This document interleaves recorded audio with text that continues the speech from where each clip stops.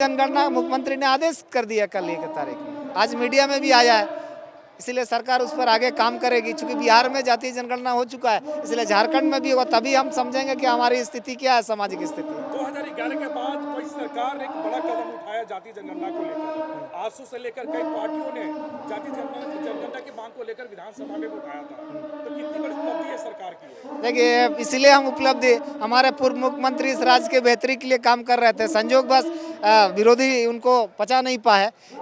एक नारा ही था कि माना हिम्मत है तो हिम्मत है वाली बात है, इसीलिए हम लोग पूरे हिम्मत के साथ ये सरकार हेमंत जी के नक्शे कदम पर चलेगी। जातीय जनगणना को लेकर विपक्ष भी सहयोग करेगी, पूरा सहयोग करेगी, इसलिए कि पूरे समाज के लोगों का हम लोग आंकेक्षण करेंगे किस स्थिति में है, कितने लोग हैं।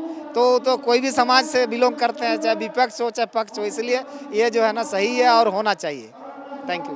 पूजा के दिन सरकारी अवकाश की घोषणा होनी चाहिए और हम लोग चाहते हैं कि झारखंड में विश्वकर्मा कल्याण बोर्ड का गठन होना चाहिए, जिससे उन्होंने हरी झंडी दिखाई है। तो क्या लगता है कि आने वाले दिनों में जिस तरह से आजसू की ये मांग थी, अन्य पार्टियों की मांग थी, तो क्या लगता है वो मांग कहीं न कहीं जो आप लोग विधानसभा में उठाए थे, तो क्या वो पूरा हो गया? निश्चित रूप से जातीय जनगणना झारखंड में बहुत ज़रूरी है और मैं झारखंड सरकार के इस निर्णय का स्वागत करता हूं।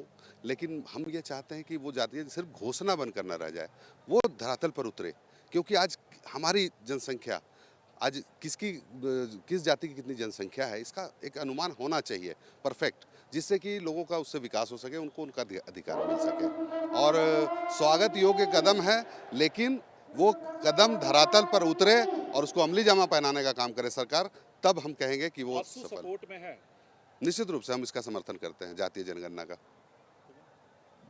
काफी लंबे समय से ये मांग थी जातीय जनगणना को लेकर, और 2011 में एक बार शुरू हुई थी, उसके बाद बिहार के तर्ज पर लगातार ये मांगे उठती रही थी। विधानसभा में भी विपक्ष के लोगों ने उठाया था, आजसू ने उठाया था, लेकिन अब सरकार ने हरी झंडी दिखा दी है। बीजेपी का क्या स्टैंड है? देखिए, सबसे पहले तो उनका स्टैंड क्लियर करना चाहिए था। जब माननीय मुख्यमंत्री, पूर्व मुख्यमंत्री हेमंत सोरेन जी जैसे मुख्यमंत्री पद में बैठे, उसके बाद उनको 4 साल तक याद नहीं आई। अब जैसे चुनाव नज़दीक आया, उसके बाद जातीय जनगणना की राजनीति पे उन लोग कूद पड़े हैं। तो थोड़ा मैं उनसे पूछना चाहता हूं कि आप इतने जातीय जनगणना, अभी चुनाव सर पे है, लोकसभा है, विधानसभा चुनाव है, आपको अभियान पड़ा, आप 4 साल पहले आपको क्यों नहीं आई? अरे आपको इतनी जाति और जातिगत, पिछड़े जाति, दलित जाति, आदिवासी जाति के लोगों से प्रेम है, तो आप बैद्यनाथ राम के साथ आप लोगों ने क्या हर्ष किया?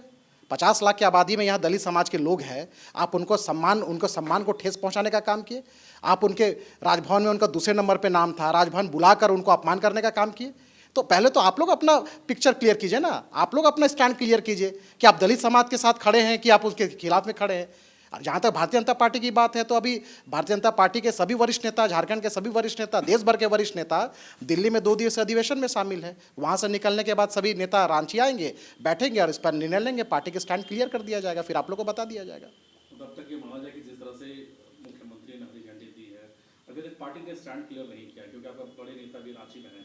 देखिए, पार्टी के स्टैंड, मैंने बोला ना कि बीजेपी एक राष्ट्रीय पार्टी है और बहुत ही सेंसिटिव और रिस्पॉन्सिबल तरीके से किसी भी मुद्दों को लेकर चलती है।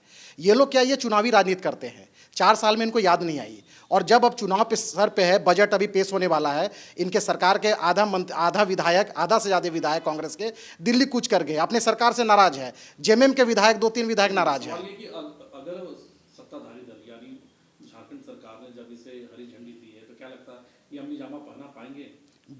आप इनका तीनों पार्टी का मैनिफेस्टो निकाल लीजिए। क्या 5 लाख इन लोगों ने रोजगार दिया? क्या 1932 खतियान आधारित स्थानीय नीति, नियोजन नीति बना पाए?